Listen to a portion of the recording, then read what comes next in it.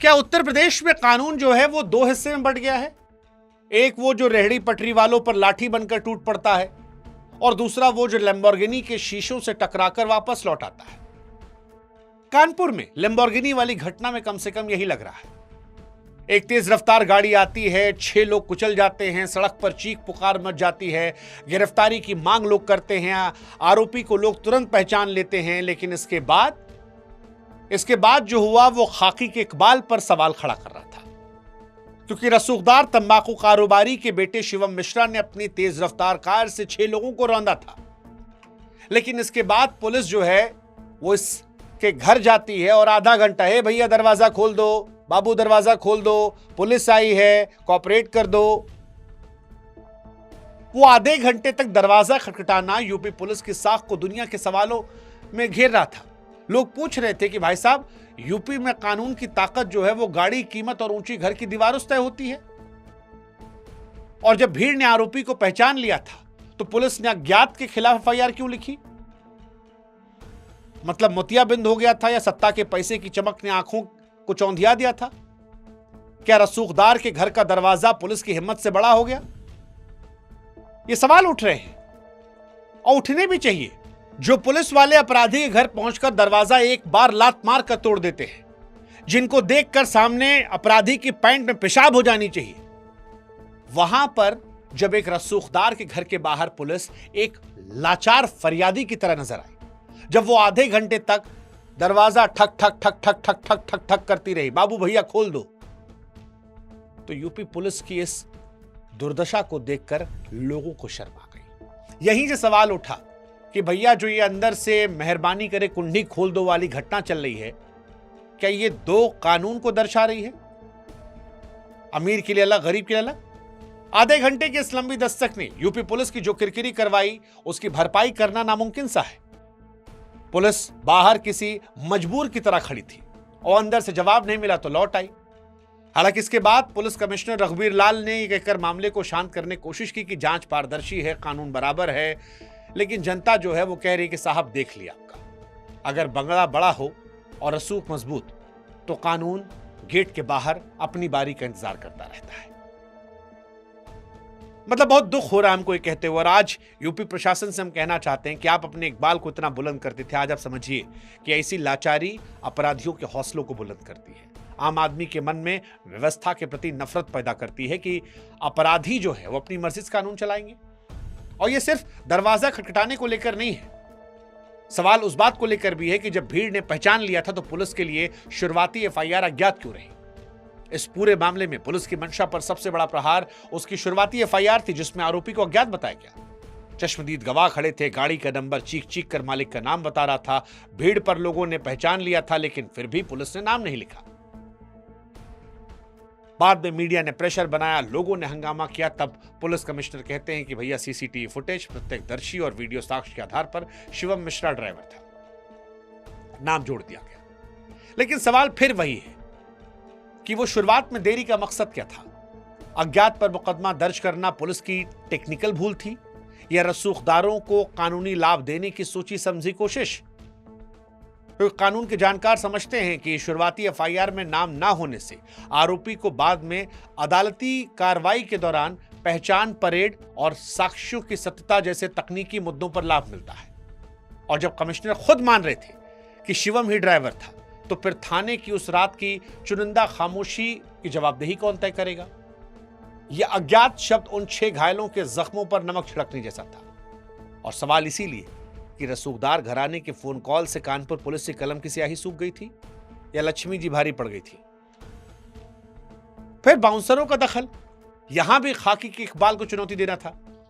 इस हादसे के बाद घटनास्थल का जो सीसीटीवी फुटेज आया, मोबाइल वीडियो सामने आए, वो इस रसूख के नंगे नाच की गवाही देते हैं। वीडियो में साफ दिख रहा था कि पुलिस की मौजूदगी में आरोपी के बाउंसर शिवम को गोद में उठाकर सुरक्षित निकालते हैं, कार की चारों तरफ कवर कर लेते हैं।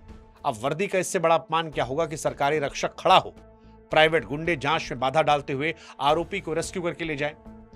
प्रत्यक्षदर्शी का आरोप है कि बाउंसरों ने वहां मौजूद लोगों के साथ अभद्रता की, साक्ष्यों के साथ छेड़खानी की, लेकिन पुलिस खामोश रही। ये निष्क्रियता इशारा करती है कि सिस्टम के भीतर लोग वर्दी की नहीं बल्कि शहर के गुटखा सिंडिकेट के प्रभाव में काम करते हैं। अगर खाकी इन प्राइवेट आर्मी के सामने बेबस है तो कानपुर का आम आदमी सुरक्षा के लिए कहां जाएगा? यह घटना बताती है कि शहर में अब सरकारी पुलिस के समानांतर एक रसूखदार की भी सेना है। और सवाल ये कि क्या पुलिस की लाठी से बड़े इन बाउंसरों की दादागिरी? आरोपी शिवम मिश्रा के पक्ष से बयान आ रहा है, वो भी किसी थ्रिलर फिल्म के स्क्रिप्ट की तरह हर दिन बदल रहा है। शुरुआत में कहा गया कि भैया शिवम को अचानक मिर्गी जैसा दौरा पड़ा, जिसकी वजह से गाड़ी जो है अनियंत्रित हो गई। लेकिन जैसे जांच आगे बढ़ी फिर हृदय संबंधी समस्या हो गई। उसके बाद आरोपी के पिता का अपना काउंटर क्लेम है। वो कह रहे हैं कि उनके परिवार के खिलाफ एक राजनीतिक व्यापारिक साजिश है, उनका बेटा निर्दोष है। देखिए, कानून को यह देखना होगा कि कहीं ये बदलते मेडिकल बहाने और साजिश में तर्क न्याय में देरी की एक सोची समझी रणनीति ना बन जाए।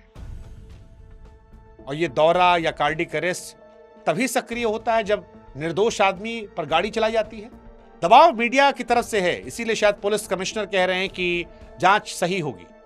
लेकिन जनता को भगवान जाने क्यों इसमें बहाने और रसूख की बू आ रही है।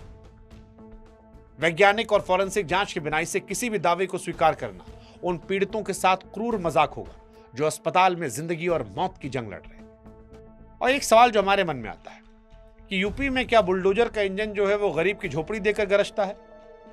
यूपी सरकार लगातार अपराध के प्रति जीरो टॉलरेंस का डंका पीटती है, लेकिन कानपुर की सड़कों पर जब लैम्बोर्गिनी से 6 लोगों को कुचल दिया गया तो यूपी पुलिस का फुल टॉलरेंस दिखा। आज उत्तर प्रदेश में बुलडोजर को इंस्टेंट न्याय का सबसे बड़ा प्रतीक माना जाता है। लेकिन आज लोग सवाल पूछ रहे हैं कि योगी जी, कानपुर में जो गुटखा कारोबारी है उसके बेटे के यहां बुलडोजर चलेगा या बुलडोजर का पहिया देखकर चलता है कि बहुत बड़ा आदमी है तो छोड़ दो और जहां चालू हो सकता वहां कर लो? क्योंकि जनता का गुस्सा तो यहां भी है। 6 गरीब आदमी पर गाड़ी चली है। गुटके वाले के पिता जो है वो सारे बहाने लगा रहे हैं। लड़के की मिर्गी पकड़ लिया, लड़के का दिक्कत है, ड्राइवर बैठा था। ये जो इंस्टेंट न्याय है क्या वो यहां देखने को मिलेगा? और नहीं मिलेगा तो फिर क्या 2 आंख से कानून है? गरीब आदमी का अलग, अमीर आदमी का अलग। वो जो पुलिस ठक ठक ठक कर रही थी वो योगी जी जीरो टॉलरेंस वाली पुलिस है? इतनी मजबूर, इतनी लाचार, इतनी बेबस, इतनी कमजोर कि आधे घंटे तक जिसके ऊपर आरोप लगा हो उससे रिक्वेस्ट कर रही हो कि बाबू दरवाजा खोल दो, हमको जांच करनी है। इच्छा शक्ति की कमी है या फिर इसका असर है? और अगर जीरो टॉलरेंस का मतलब केवल कमजोरों पर शक्ति प्रदर्शन है तो योगी जी, हम आपसे कहेंगे कि न्याय प्रणाली जो है इससे जनता का विश्वास कमजोर होगा। ध्यान रखिएगा। बुलडोजर की चुनिंदा चुप्पी सुशासन के दावों पर सवालिया निशान खड़ा करती है। और आज इसीलिए सवाल है कि बुलडोजर का तेल रसूखदारों के गेट पर खत्म क्यों हो जाता है? सोचने वाली बात है। हालांकि सोचने वाली बात यह भी है कि पुलिस को जगाने के लिए हर बार सोशल मीडिया का ही सहारा लेना पड़ेगा। क्योंकि अगर उस रात कानपुर के लोगों ने मोबाइल निकालकर वीडियो ना बनाए होते, अगर सोशल मीडिया पर पुलिस की लाचारी की तस्वीरें वायरल ना हुई होती हैं, अगर ये सब ना होता तो क्या जांच में तेजी आती? क्या वो अज्ञात में नाम लिखा जाता? डिजिटल इंडिया में आज कानून की सबसे बड़ी निगरानी, अदालत आम लोगों के स्मार्टफोन बन गए हैं। ये सिस्टम के लिए चेतावनी है कि पुलिस को अपना काम निभाना होगा, नहीं तो जनता जो है वो जगी हुई है साहब। पुलिस को अपनी साख बचाने के लिए डिजिटल फजीहत का इंतजार करना पड़ता है। हालांकि लाइन हाजिर किया गया थानेदार को, लेकिन इतना तमाशा होने के बाद सवाल उठता है। जनता इसे न्याय नहीं छवि सुधार की कोशिश मान रही है। जब तक सिस्टम को जनता के कैमरों का डर नहीं होता तब तक पुलिस रसूखदारों के बंगले पर सिर्फ दस्तक देकर लौटती है। न्याय हैशटैग से नहीं, नियत से होना चाहिए। और इसीलिए सवाल है कि क्या सिस्टम अब केवल वायरल होने वाली घटनाओं पर काम करेगा? कानपुर में तंबाकू और गुटखा कारोबार सिर्फ पैसा नहीं है, पावर का केंद्र है। पुलिस का आधे घंटे तक घर के बाहर खड़ा रहना उस आर्थिक उपकार का बोझ था जो शहर के रसूखदार अक्सर सिस्टम पर लाद देते हैं।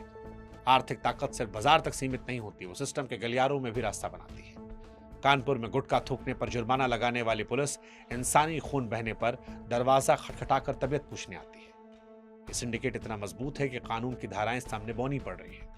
जब तक व्यापारिक रसूख और पुलिस की कार्यशैली के बीच यह नैतिक गठबंधन नहीं टूटेगा तब तक ऐसी घटनाएं होंगी। इसलिए कानपुर की ये लैम्बोर्गिनी कांड सिर्फ एक सड़क हादसा नहीं है, उत्तर प्रदेश के कानून के इकबाल की परीक्षा है। पुलिस अब भले ही दावा कर रही कि जांच पारदर्शी है, शिवम मुख्य आरोपी है, लेकिन अज्ञात की शुरुआती एफआईआर और आधे घंटे तक शर्मनाक ठक ठक ठक, उसके सिस्टम पर वो दाग है जो धोना आसान नहीं होगा। समय है कि जनता भी इस मामले की सड़क से लेकर अदालत तक सख्त निगरानी करे। केवल थानेदार के निलंबन संतुष्ट नहीं होना है, एक ऐसी पूरी पारदर्शी जांच की मांग हो जिसमें रसूख का एक कतरा भी न्याय की तराजू को प्रभावित ना कर सके। अगर शिवम मिश्रा जैसे लोग अपने बदलते मेडिकल दावों और अरबों की दौलत के दम पर बच निकले तो सड़कों पर चलने वाले हर आम इंसान का भरोसा लोकतंत्र से उठेगा। कानपुर पुलिस के पास अभी भी एक मौका है कि रसूखदारों के दबाव से बाहर निकलकर यह साबित करे कि खाकी का रंग आज भी किसी लग्जरी कार की चमक से कहीं ज्यादा गहरा ताकतवर है। न्याय के तराजू को पैसे के वजन से झुकने देना मानवता की हार होगी और जनता को तब तक अंतिम फैसले तक अपनी आंख खुली रखनी होगी। जय हिंद, जय भारत, नमस्कार।